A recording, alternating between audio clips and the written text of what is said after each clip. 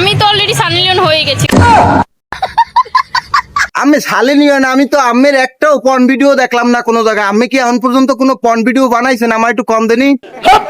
আমি তো already Sunny Leone হয়ে গেছি। আমাকে হচ্ছে কমেন্ট বক্সে বেশিরভাগ কমেন্টই আসে যে সানি লিওন সানি ও লিওন। আপনার সানি লিওনের মতন দেখায়, এই জন্য আপনি সালি নিয়ন। বলেন কি?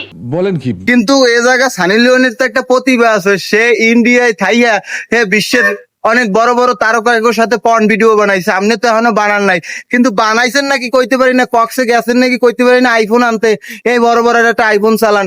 এখন ঘটনা হয়েছে সত্যি কথা হইতে পারে, যদিও আপনি টিকটকার, আপনি সানি লিওনের মতন মাঝে মাঝে চলাফেরা করেন। হ্যাঁ, সর্বপ্রথম কথা হইলো যে আমি যদি সানি লিওন হইয়েই থাকেন, হ্যাঁ আমাদের পর্ন ভিডিও 100% দরকার।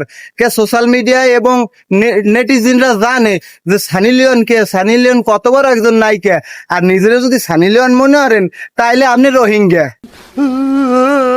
কে আপনি রোহিঙ্গা? আমি কই আপনি হইছে বাংলাদেশি প্রোডাক্ট। আর বাংলাদেশি প্রোডাক্ট যদি বাইরের মানুষে পায়, ও খেইলে ফেতা ফেতা বানাই হেলাবে। ও আপনি সইতে পারবেন না সানি লিওনের মতো। নিজের সানি লিওন দাবি করেন, আপনি দেখায় সানি লিওনের মতন, এটা আপনি কইছেন ঠিক আছে। কিন্তু আমি একটা কথা বলতে চাই, হলুদ সাংবাদিক গো, ভাইরাল থতমা খান পাইলে হয়েছে, হেরা এগো প্রশ্ন করতে করতে ওগো দফা ঠান্ডা হইয়া দেয়। হ্যার পর উদা দুরা একটা কথা কইয়া হলে এই তো ভাইরাল। এটা একটা অপরাধ। তোর মাথা নষ্ট।